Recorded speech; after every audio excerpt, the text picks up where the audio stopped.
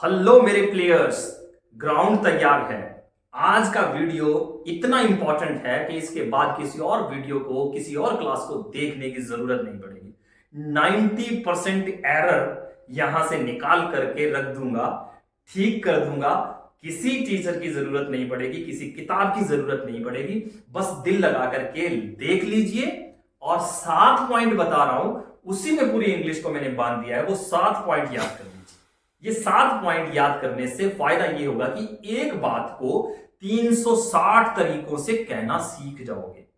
मैं गारंटी देता हूं, आप अपनी भाषा में भी, जो भी आपकी मातृभाषा है, उसमें भी आप एक बात को 360 तरीके से नहीं कह सकते। लेकिन अंग्रेजी में ये फॉर्मूला दूंगा, वो आइडिया दूंगा कि आप एक ही बात को 360 तरीकों से कहना सीख जाओगे। लेकिन सिखाऊंगा अपने ऐप के ऊपर, प्रैक्टिस ऐप के ऊपर कराऊंगा। यहां एक ऐसा ग्राउंड दे रहा हूं, जिंदगी बदल जाएगी अगर ये 7 पॉइंट याद रख ली तो। क्लास किस बात की है? क्लास है हेल्पिंग वर्ब की, क्योंकि हेल्पिंग वर्ब के बिना इंग्लिश की कल्पना नहीं कर सकते हम लोग। तो हेल्पिंग वर्ब की कहानी क्या है, कितने हेल्पिंग वर्ब हैं सब जान लेते हैं, किसके साथ कौन सी मेन वर्ब आएगी सब सीख लेते हैं, क्या डूज हैं क्या डोंट्स हैं, सब मजे से सिखाऊंगा, बड़े आराम से सिखाऊंगा, मजा आ जाएगा आपको। बस याद रखिएगा कि जो बता रहा हूं वो लिखते जाइएगा, क्योंकि 2 से 3 बार अगर आप इस वीडियो को देखोगे तो बोर हो जाओगे। पहले ही वीडियो में देख लीजिए, लिख लीजिए और उन पॉइंट को लगातार सुबह, दोपहर और शाम जैसे मरीज दवाई लेता है वैसे ले लीजिए और फिर कोई गलती करके दिखाइएगा। आइए शुरू करते हैं हेल्पिंग वर्ब की कहानी। जैसे मैंने साइड मेमोरी और क्वांटिटी की बात की है, चैलेंज के साथ आपको बताता हूं, वही बता रहा हूं। आइए, कितने हेल्पिंग वर्ब है पहले अपने आप से पूछिए, अपने आस पड़ोस से पूछिए, कोई नहीं बता पाएगा। गूगल से पूछिए, नहीं बता पाएगा। अपने टीचर से पूछिए, किसी किताब में लिखा हो तो पूछिए, नहीं बता पाएगा। लेकिन मैं बताता हूं, जैसे इंग्लिश में 26 अक्षर होते हैं, वैसे 26 हेल्पिंग वर्ब होते हैं। 25 की कहानी यहां बताऊंगा, एक अपने लिए बचा कर रखूंगा ताकि आप मेरे ऐप पर आए और मेरा घर चलता रहे। आइए चलते हैं। 26 हेल्पिंग वर्ब कौन से? 11 हेल्पिंग वर्ब टेंस में दूंगा, वैसे 13 है, लेकिन यहां 11 की बात करेंगे क्योंकि 2 रिपीट हो जाते हैं मॉडल में, उनको मॉडल में काउंट करेंगे। तो पहली लाइन, पहला पॉइंट आ रहा है पहली लाइन का, tense helping verb. Do, does, did, is, am, are, was, were, has, have, had, 11 हो गए टेंस के हेल्पिंग वर्ब है। नंबर 2 पॉइंट, मॉडल्स के कौन से हेल्पिंग वर्ब हैं?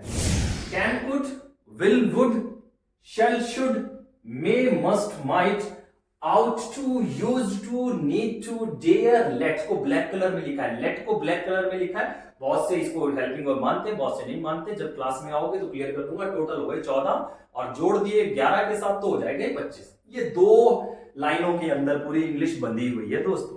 अंग्रेजों ने अंग्रेजी को इतना आसान बनाया कि हर आदमी सीख सके, और इसी वजह से पूरी दुनिया में पॉपुलर होती जा रही है ये भाषा, क्योंकि ये लोगों के लिए अर्निंग का सोर्स बनी हुई है, कामयाबी का सोर्स बनी हुई है, रिस्पेक्ट का सिंबल बनी हुई है। तभी कामयाब हो रही है क्योंकि सीखना आसान है। आइए थोड़ा सा और अभ्यास करते हैं। 2 पॉइंट बता चुका हूं, 5 पॉइंट बताऊंगा कि कौन सी मेन वर्ब इनके साथ लगे। डूज और डोंट दोनों साथ लेकर के चलेंगे। तो V1 की बात कर लेते हैं। V1 के साथ कौन से हेल्पिंग वर्ब और कौन से मॉडल आते हैं? ध्यान दीजिए, V1 के ऊपर always come with do, does, did, 3 helping verb ऊपर वाली लाइन के, बाकी के साथ वर्ब V1 नहीं आती। और मॉडल सारे, जितने भी मॉडल हैं सारे के सारे आते हैं। They never come with second verb, third verb, fourth verb और फिफ्थ वर्ब। V1 जब भी आएगी हमेशा या तो डू, डज, डिड के साथ आएगी या मॉडल्स के साथ आएगी। मतलब 17 वर्ड्स के साथ V1 आती है। 17, 26 में से 17 के साथ तो V1 आ गई। काम कितना रह गया सोचकर देखिए। 9 हेल्पिंग वर्ब का काम रह गया, वो अभी निपटा देता हूं। सेकंड वर्ब की कहानी सुन लो भैया, बहुत शर्मीली है, बहुत प्यारी है। कभी किसी हेल्पिंग वर्ब के साथ नहीं आती, जब भी आती है सेंटेंस में अकेली आती है और एक ही जगह आती है, पास्ट इंडेफिनिट के सिंपल मूड में आती है, और सेकंड वर्ब कहीं आती ही नहीं है। मेन वर्ब के तौर पे सेकंड वर्ब कहीं नहीं आती है, पास्ट इंडेफिनिट के सिंपल मूड में आती है। बेचारी इतनी शरीफ है, हमेशा अकेली रहती है। थर्ड वर्ब की बात कर ले, ये बहुत डरपोक है, ये कभी अकेली नहीं आती। ये जब भी आती है किसी हेल्पिंग वर्ब के साथ ही आती है। सुन लीजिए कहानी। फर्स्ट वर्ब अकेली भी आ जाती है और हेल्पिंग वर्ब के साथ भी आती है। सेकंड वर्ब कभी किसी हेल्पिंग वर्ब के साथ नहीं आती, हमेशा अकेली आती है। थर्ड वर्ब इतनी शर्मीली है, इतनी डरपोक है, कभी अकेली नहीं आती, हमेशा एक हेल्पिंग वर्ब के साथ आती है। तो एक्टिव में वो कौन से 3 हेल्पिंग वर्ब हैं जिनके साथ ये आती है? हैज, हैव, हैड, ये 3 हेल्पिंग वर्ब हैं एक्टिव सेंटेंस में। नहीं पता है तो आइए क्लास में सिखा दूंगा। एक्टिव और पैसिव बड़े जरूरी होते हैं। पैसिव में थर्ड वर्ब किन के साथ आती है? तो पैसिव की तो कल्पना ही नहीं कर सकते बिना थर्ड वर्ब के। इज एम के आर वॉज वर्ब के साथ थर्ड वर्ब आ जाएगी, पैसिव बना देगी सेंटेंस को। ये पांचों के साथ अगर आप थर्ड वर्ब देख ले तो सेंटेंस पैसिव होगा। Has been, have been, had been के साथ थर्ड वर्ब आकर के उसको पैसिव बना देती है। मॉडल के साथ आना हो तो बी के साथ भी आ सकती है, हैव के साथ भी आ सकती है और बीइंग के साथ भी आ सकती है। बीइंग को काले मार्कर से लिखा है, ब्लैक मार्कर से। कंटिन्यूज की अगर कोई वॉइस बनानी हो तो बीइंग लगा करके V3 लगा देते हैं, यानी कि V3 का इस्तेमाल हो जाता है वहां पे। तो V3 का इस्तेमाल कहां कहां होता है इसे एक लाइन में खत्म कर दिया है। समझ लीजिए कितना आनंद है पढ़ने के अंदर अगर आप इसको ध्यान से देखें। पॉइंट हो गए हैं टोटल हमारे 5 और रह गए हैं सिर्फ 2। 5 पॉइंट हो भी गए, 2 ऊपर वाले और 3 ये 5। और अब आ जाते हैं छठे पॉइंट पे। फोर्थ वर्ब यानी कि V plus ING, first verb plus ING कहां कहां किसके साथ कैसे कैसे आती है? तो is am are was verb के साथ आ सकती है। ये 5 हेल्पिंग वर्ब है जिनके साथ सीधे आ सकती है और वाक्य सेंटेंस को बना देती है कंटिन्यूअस या कंटिन्यूस, जो आपको ठीक लगे बोलिए। बी के साथ कंटिन्यूस यानी कि V4 आ सकती है, V प्लस आईएनजी आ सकती है। बीइंग के साथ परफेक्ट कंटिन्यूस डिवीजन में बीइंग के साथ आ सकती है ING, यानी कि V1 ING आती है कंटिन्यूस मूड बनाने के लिए। कहां कहां? एक्टिव में यहां यहां, और पैसिव में तो थर्ड वर्ब है, एक्टिव सेंटेंस में ही आती है ये। तो देख लीजिए is am are was verb be been और ING यहां पे ही आएगी, बस इसके अलावा और कहीं नहीं आएगी, चिंता मत कीजिए। अगर मॉडल में आ रही है तो मॉडल में पहले बी लगेगा फिर ING लगेगी साथ में। और आखिरी पॉइंट पे चलते हैं। इतना सा काम था, बार बार वीडियो को देख लीजिए, बार बार रिपीट कर लीजिए, 2 से 3 बार रिपीट कर सुबह शाम दोपहर की खुराक ले लीजिए। अंग्रेजी का जो डर का रोग है वो खत्म हो जाएगा। फिफ्थ वर्ब, ये भी बड़ा मजेदार है, यानी कि फर्स्ट फॉर्म का सिंगुलर फॉर्म, फर्स्ट फॉर्म का singular form, singular form of first verb only use in 2 places, 2 places. एक की यहां बात करूंगा और एक की बात करूंगा ऐप के अंदर। कहां ये होगी? अब first present indefinite simple mood with singular subject.